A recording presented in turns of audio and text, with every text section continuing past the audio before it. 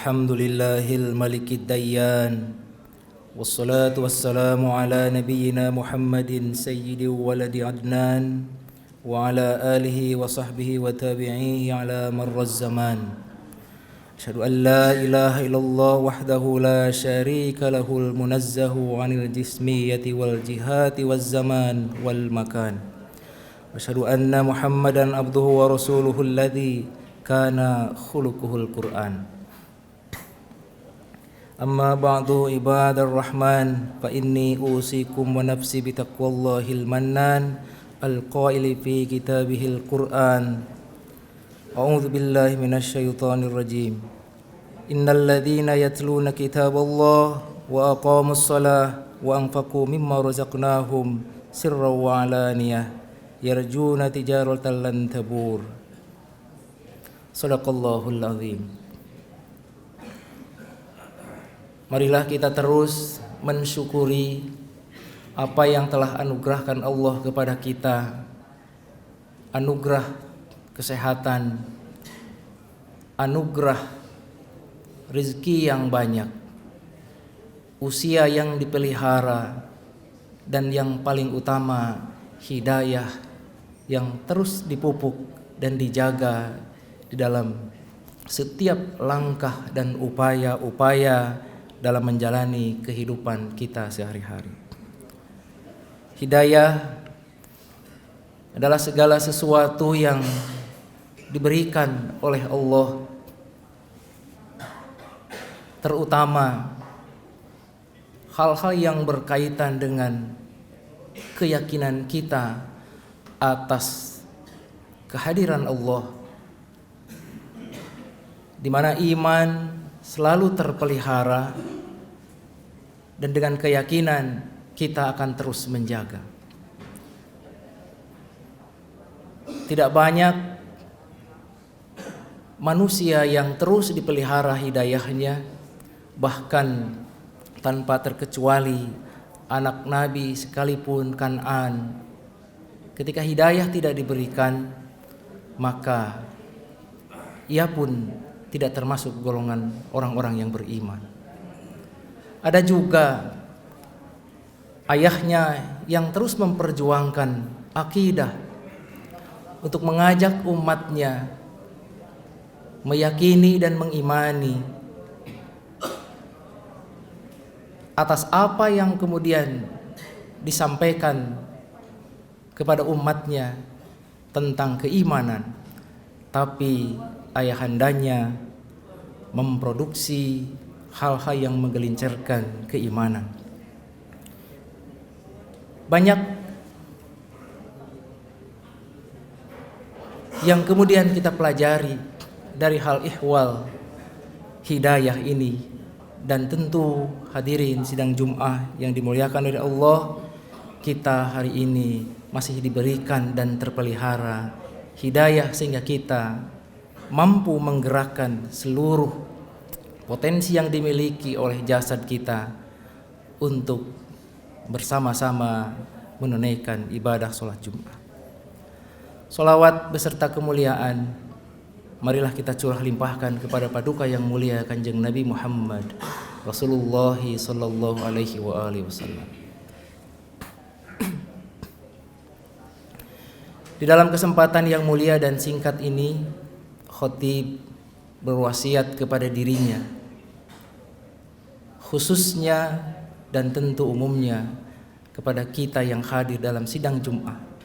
Marilah kita terus berupaya meningkatkan kualitas keimanan dan ketakwaan, karena dengan iman dan takwa kita nanti berharap dan kita nanti menginginkan sebuah pertemuan dengan Allah dan Rasulullah dengan predikat ketakwaan itu. Hadirin sidang Jum'ah yang dimuliakan oleh Allah Subhanahu wa taala. Di dalam menjalani proses-proses kehidupan kita, manusia alamiahnya tidak ingin dan menghindari walaupun sedikit yang kemudian kita menamakan kerugian. Kita semuanya ingin untung, Kita ingin semuanya bahagia, dan setiap transaksi yang kita jalankan, bahkan ketika beribadah pun, kita senantiasa ingin mendapatkan sesuatu yang bernilai bagi diri kita. Bagi yang berprofesi petani, berprofesi pedagang, bahkan politisi sekalipun, apa yang kemudian ia perjuangkan senantiasa ingin mendapatkan keuntungan. Tapi bagi Allah, kita diingatkan di dalam surah Fatir, A'udzu billahi minasyaitonir rajim. Innal ladzina yatluna kitaballah wa aqamus shalah wa anfaqu mimma razaqnahum sirran wa alaniyah yarjuna tijaratan lan tabur liyuwaffiyahum ujurahum wa yazidahum min fadlihi innahu ghafurun syakur. Setidaknya ada 3 hal yang kata Allah, kalau kita ingin senantiasa mendapatkan keuntungan dan tidak akan pernah mendapati kerugian. Karena sesungguhnya ini adalah janjinya Allah yang termaktub di dalam Al-Quran. Sungguh orang-orang yang senantiasa membaca Al-Quran, innalladzina yatluna kitaballah, mereka-mereka yang senantiasa terus berinteraksi dan bertransaksi dengan kitabnya Allah, dalam ruang yang sempit ataupun ruang-ruang yang lebih luas sekalipun, tentu kita tidak ingin melepaskan diri dengan Allah dan berinteraksi dengan kitabnya Allah. Al-Quran yang dijadikan kita sebagai pedoman dalam menjalani dan menapaki seluruh agenda-agenda kehidupan kita, sejatinya dan senantiasa harus dijadikan pedoman untuk melakukan apapun ikhtiar-ikhtiar keduniaan. Jika Al-Quran terus dijadikan pedoman, maka apapun profesi kita, apapun ikhtiar kita, tentu akan dilandasi dan didasarkan kepada nilai-nilai yang termaktub, yang tercantum di dalam Al-Quran. Dalam kehidupan sehari-hari, tentu berinteraksi dengan Al-Quran, kita senantiasa membacanya, membaca dengan tajwid yang benar, membaca dengan segala hal ihwal yang menjadi aturan-aturan kaifiyah pembacaan Al-Quran. Selain itu, tentu juga kita ingin terus mendalami apa yang terkandung dalam Al-Quran, dan dari situlah kita menjalani apa yang diinformasikan di Al-Quran dan kita aktualisasikan dalam kehidupan kita sehari-hari. Yang kedua, Allah Subhanahu wa ta'ala mengingatkan kepada kita semuanya akan senantiasa mendapatkan keuntungan manakala kita terus beristiqomah menjaga kewajiban-kewajiban ritual kita. Wa aqamus shalah, mendirikan salat. Menjaga salat sebagai bagian dari kewajiban dalam menjalankan ibadah-ibadah ritual kita. Namun di dalam salat juga tentu ada hal-hal yang kemudian kita harus menjadikan salat sebagai bagian dari cara kita untuk terus melakoni jalur-jalur kehidupan itu, dan kita tentu mengaktualkan nilai-nilai salat. Orang yang salat akan terjaga dari apa-apa yang menjadikan ia terjerumus ke dalam kemaksiatan. Innas salata tanha 'anil fahsya'i wal munkar. Maka salat tidak hanya sebagai ritual saja, tapi kemudian juga harus menjadi pakaian yang senantiasa melekat dalam profesi apapun, dalam jabatan apapun yang kita dapatkan, supaya kita memperoleh untung yang paripurna, tidak mendapati kerugian baik di dunia maupun di akhirat. Yang ketiga, wa anfaqu mimma razaqnahum sirran wa alaniyah, adalah mereka-mereka yang senantiasa menginfakkan sebahagian rezekinya yang diberikan kepada kita, di mana rezeki itu adalah hak yang didapatkan oleh kita, namun juga ada hak orang lain dari rezeki yang dititipkan kepada kita. Maka tentu banyak informasi manakala kita menunaikan satu kebaikan akan Allah lipat gandakan menjadi 10 kebaikan. Man jaa bil hasanati falahu asyru amsalihha wa man jaa bis sayyiati fala yujza illa mithlaha wa hum la yuzlamun. Manakala kita memberikan kebaikan, menginfakkan apapun yang kita miliki, baik harta, ilmu ataupun apapun, maka Allah pasti akan menggantinya menjadi 10 kali lipat kebaikan.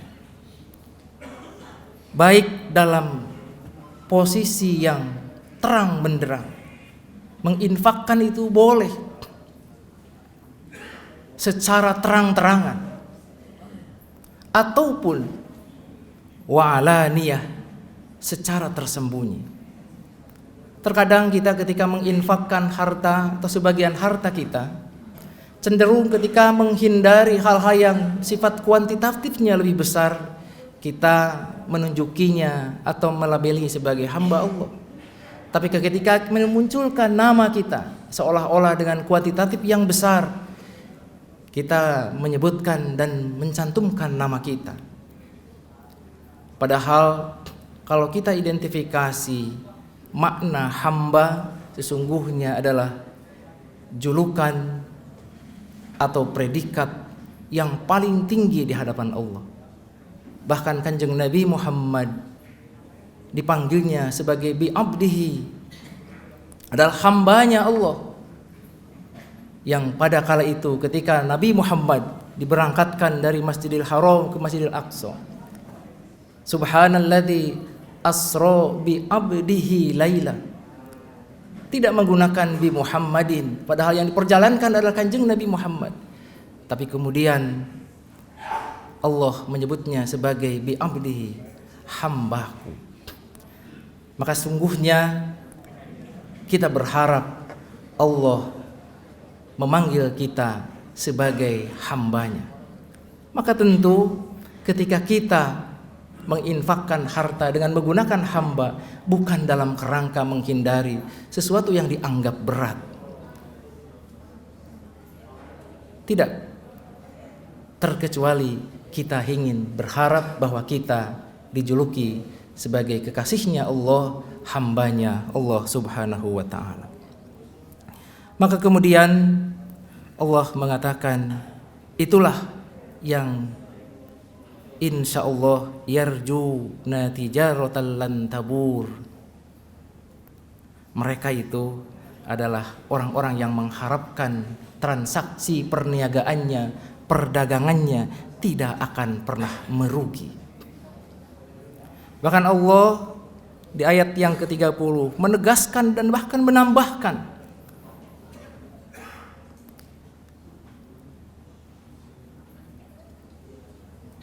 ketika kita melaksanakan itu, liyuwaffiyahum ujurahum, Allah menyempurnakan segala pahalanya itu, dan insya Allah wa yazidahum min fadli, Allah juga meningkatkan dan menambahkan karunia kepada kita semuanya. Barakallahu li wa lakum fil Qur'anil Karim wa nafa'ani wa iyyakum bima fihi minal ayati wa dzikril hakim wa taqabbala minni wa minkum tilawatahu innahu huwas samiul alim. Alhamdulillahi jalla jalalah, nahmaduhu wa nasta'inuhu wa nastaghfiruh wa na'udzu billahi min syururi anfusina wa min sayyiati a'malina, may yahdihillahu fala mudhillalah wa may yudlilhu fala hadiyalah. Asyhadu an la ilaha illallah Asyhadu anna Muhammadan abduhu wa rasuluhu la nabiyya ba'da. Allahumma shalli wa sallim ala nabiyyina Muhammadin wa ala alihi wa ashabihi ajmain. Amma ba'du, ittaqullah haqqa tuqatih wa la tamutunna illa wa antum muslimun. Marilah kita berdoa, marilah kita menundukkan segenap apa yang kemudian menjadi potensi yang menjerumuskan pada titik kesombongan. Mari kita bermuwajahah secara intensif dengan mendekatkan hati senantiasa dan seraya berdoa. Allahumma ighfir lil muslimin wal muslimat wal mu'minin wal mu'minat al ahya'i minhum wal amwat wa ya qadiyal hajat wa ya kafi'al muhimmat. Allahumma inna nas'alukal huda wat tuqa wal afafa wal ghina. Rabbana hab lana min azwajina wa dhurriyyatina qurrata a'yun waj'alna lil muttaqina imama. Rabbana hab lana min azwajina wa dhurriyyatina qurrata a'yun waj'alna lil muttaqina imama. Rabbana atina fid dunya hasanah wa fil akhirati hasanah wa qina adzabannar. Subhana rabbika rabbil izzati amma yasifun wa salamun alal mursalin walhamdulillahi rabbil alamin. Ibadallah, innallaha ya'muru bil adli wal ihsan wa ita'i dzil qurba wa yanha 'anil fahsya'i wal munkari wal baghi ya'idzukum la'allakum tadhakkarun fastaghfirullahal adzim li wa lakum. Aqimissalah.